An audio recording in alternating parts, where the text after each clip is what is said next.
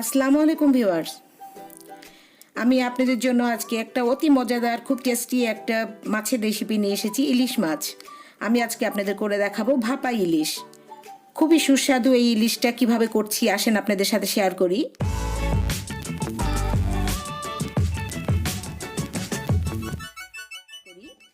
আমার এই ইলিশে ভাপাটা করতে যা লাগবে, আমার এখানে পেঁয়াজ লাগবে 1.5 কাপ, কাঁচামরিচ নিয়েছি আমি এখানে 8-10টা, আমি একটু ঝাল ঝাল করব। সরিষা বাটা নিয়েছি 2 রকমের, 2 টেবিল চামচ, আর এটা লবণ এবং মরিচ দিয়ে কাঁচামরিচ দিয়ে বেটে নিয়েছি। লবণ লাগবে আমার স্বাদ মতো, লাল মরিচ লাগবে 1 টেবিল চামচ, হলুদের গুঁড়া 1/2 টেবিল চামচ, জিরার গুঁড়া 1 চা চামচ, সরিষার তেল লাগবে আমার। এবার আমি পেঁয়াজগুলোকে সব একটা বাটির মধ্যে নিয়ে নিলাম। আমি এখন সব মশলাগুলো যেগুলো আপনাদের দেখালাম সবগুলো বাটির মধ্যে নিয়ে নিচ্ছি একসাথেই, এবং খুব ভালো করে আমাকে মশলাগুলোকে চটকে চটকে মাখাতে হবে। এমনভাবে চটকিয়ে আমি মাখাবো যাতে পেঁয়াজ থেকে আমার পানি ছেড়ে দেয়, এবং চটকানটা এতই ভালো হবে যে অর্ধেকটা সেদ্ধ বা রান্নার মতো হয়ে যাবে আমার মশলাটাকে মাখানোর সময়।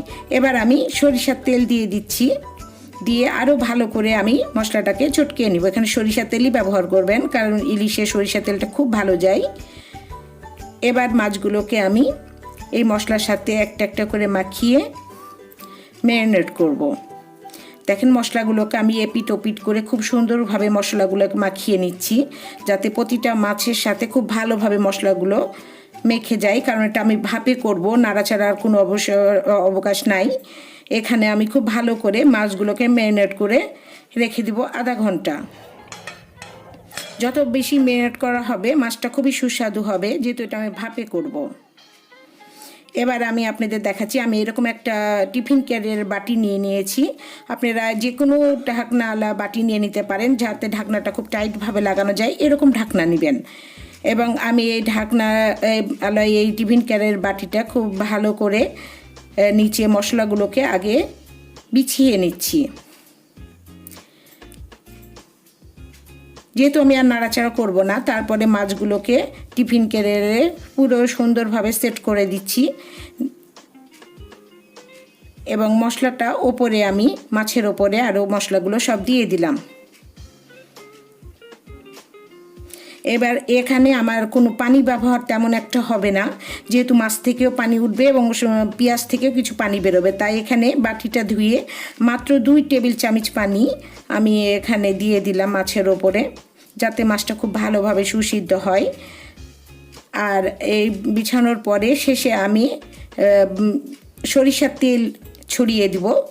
এই সরিষা তেলের ঘ্রাণটা খুব ভালো লাগে মাছের সাথে, শেষে এরকম কাঁচা সরিষা তেলটা দিয়ে দিবেন, খুব ভালো লাগবে। এবার আমি ঢাকনাটা লাগিয়ে আমি রান্নায় চলে যাব।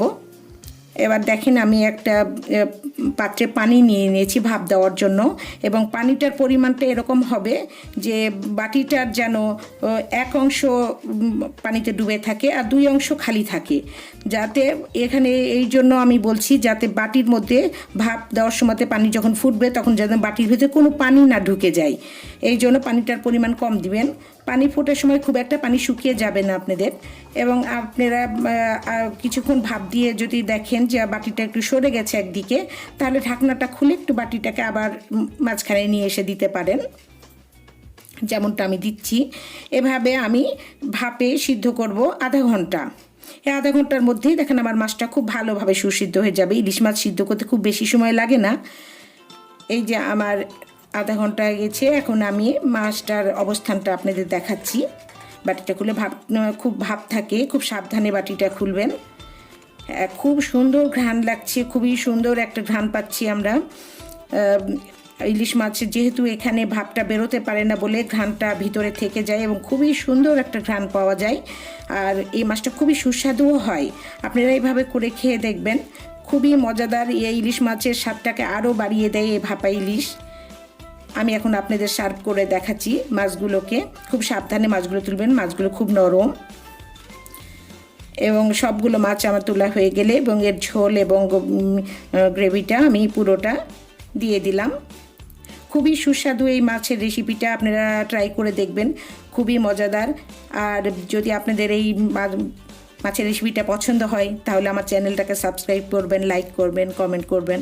আবার কোনো রেসিপি নিয়ে আপনাদের সামনে আসবো। আজ এই পর্যন্তই।